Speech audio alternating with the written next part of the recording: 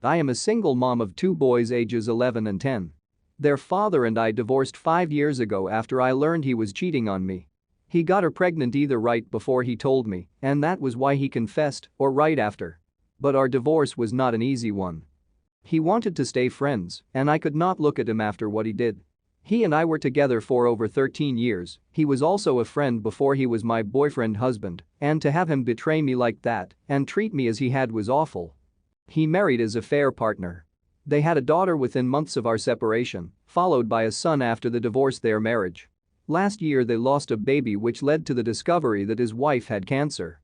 What followed was a lot of fighting between the two of us again. He wanted me to help him and his wife out. He said their children, who are currently 5 and 3, needed family beyond just him and his wife. His own family disowned him for our divorce, they were extremely religious, and she has no family. I told him it would be over my dead body I would help him. He argued that it was for the children and if not for his kids with her, then for our boys, who could see their family heal and be one.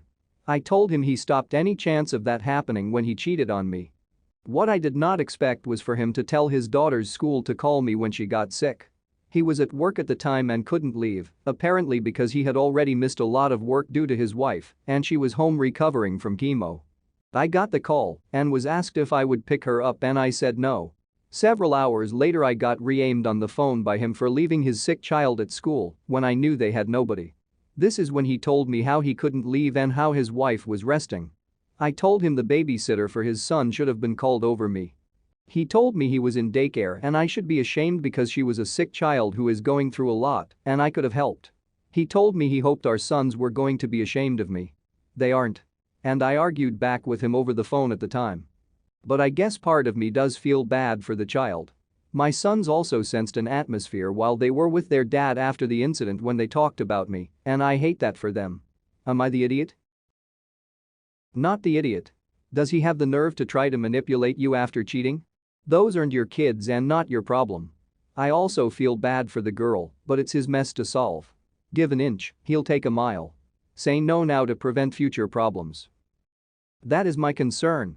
I do not want to be part of those two children's lives in any big way, and if I say yes to one thing, then it gets harder to say no again, and that establishes more of a relationship than I ever want with them. Your ex is trying to use your basic decency to manipulate you. No responsible parent puts down an emergency contact without getting confirmation by the contact. This is all on him. As sad and unfortunate a situation as it is for his children, you have the right to refuse to be their carer. He put his daughter in this position, not you. He is to blame for any discomfort she may have experienced. Not the idiot. Not the idiot. He is lining you up to be a mum to their kids after his wife dies. His behavior is disgusting. Stick to your guns. Oh yes. Just wait until he wants you to take all the kids during your custody time. Draw a firm line in the sand now. Not the idiot. What kind of fool lists his ex-wife as emergency contact for his affair child? The audacity of him to get mad at you. The only children of his you need to care for are the ones you share with him. Do not let him tell you otherwise. Too bad he tanked his own life, but that's not your problem at all. If he can't handle the situation he got himself into, he needs to figure out a way to get himself through it. You're not responsible for his mistakes. While it's unfortunate his wife has cancer, you're still not obligated to help him at all with anything, except as related to your children. He can apologize and make amends with family, or go out and make friends and get support that way. It's not your job. What kind of fool lists his ex-wife as emergency contact for his affair child? The type of idiot who assumes that once the affair partner, current wife, passes or is placed in some form of care, expects his ex to take him back and go back to playing happy family. He's basically trying to get OP lined up as the new mommy to his kids with his affair partner once the AP is no longer in the picture. Okay, so this happened maybe 3 days ago, but first some context. I and my now ex-girlfriend of 3 years lived in a 2-bedroom apartment which I pay for by myself, as I make enough money to afford it, and I didn't want to trouble her by pressing her with a bill for a place that is a tiny bit out of her price range. Instead, we use a meter and pay the bill through my account, with her compensating her spend.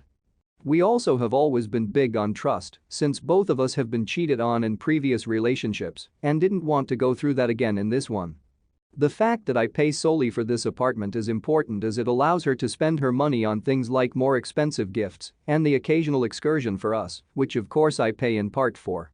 Also, the fact that we are big on trust means we tell each other a lot about our lives and future plans. Anyways, she was always a fan of these trips abroad and loved traveling, and for the most part, our trips were always fun. However, about 3 days ago she announced that she had bought tickets for a solo backpacking trip across South America which she was going to go on Friday and that she had been planning this for months. First I asked if I could come, to which she said no because she would be discovering herself on this trip, and when I asked why hadn't she told me she said because I wouldn't have allowed, or at the very least not wanted, her to go, especially alone. Which is mostly true. Well, an argument ensued and at some point, I finally put my foot down. It went something like this. GF. Why can't I just go explore the world and live life to its fullest? Me. You can't, without me or the security of my home, pack your bags and get out. I believe it was the right thing to do as she didn't pay for the apartment anyways, and so didn't have any right to demand to stay, plus I was willing to give her money for a hotel for a week, which she refused. That night she went to her parents' home an hour away, and my phone was blown up with people calling me a controlling idiot and the like. My question is, am I really an idiot for this? Not the idiot. She admitted she knew you would not like what she was about to do, and you obviously did not. If anything, she sounds like she was trying to manipulate you into the trip by keeping it a secret. The people texting you should mind their business, especially after hearing a one-sided version of the story. Not the idiot. Finding herself on a solo backpacking trip likely includes sleeping around. I'm an American living in South America and I've seen it quite a bit with foreigners here. Also, she's able to pay for this trip by living off your paycheck, basically. She lived in a free, to her, apartment and you partially financially funded other trips. At the very least, she should have told you what she was planning. Springing this on you by surprise is a very large red flag. Not the idiot. Discover herself is usually code for sleeping her way through the trip with any guy that catches her fancy. She essentially got to live for free with minimal expenses so she could have her income to use whichever way she wanted, including this trip. I honestly think she waited to tell you to provoke you into breaking up with her so she could be free on this trip with no attachments while she's hooking up with whoever she wants. Don't be surprised if she calls you when she gets back telling you she misses you and wants to move back in and whatever else. Stand your ground when that happens. I was born in South Africa but emigrated when I was just a few months old, so I am totally American. I come from a family of full-on apartheid supporters, and when it ended, basically everyone bailed for America. My parents and aunts and uncles eventually were educated and came around, but my grandparents, while being very sweet and loving to me, were true believers in what apartheid stood for.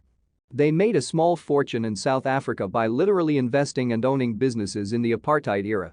To be totally fair, they also made a ton of money in the US, but still the money because they were white and well connected in South Africa. My grandmother died recently. She lived pretty lavishly up until the day she died in a very exclusive retirement home in Southern California, so I figured there wouldn't be any money left and maybe I'd get some family heirlooms. My head about popped off when I saw the number me and my cousin will split. It's about $725,000 each. Money that will literally change my life.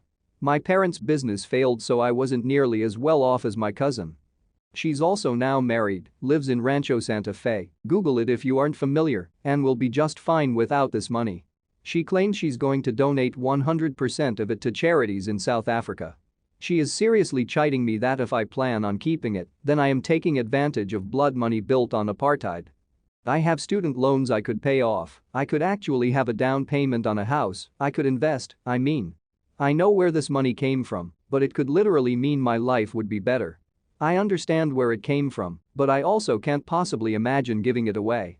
I have no idea what charities are like in South Africa, and family friends we have that still live there say that corruption has taken over everything from government to charities, and I'm better off just keeping it.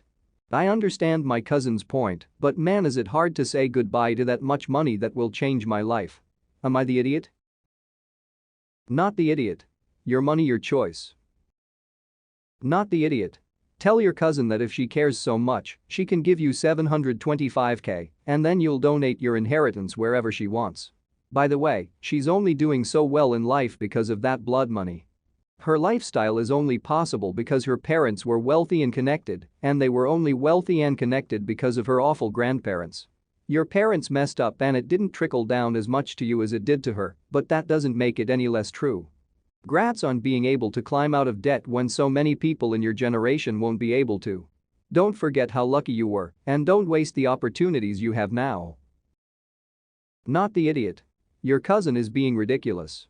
Does she know for a fact that every cent of that money was made directly off the back of apartheid?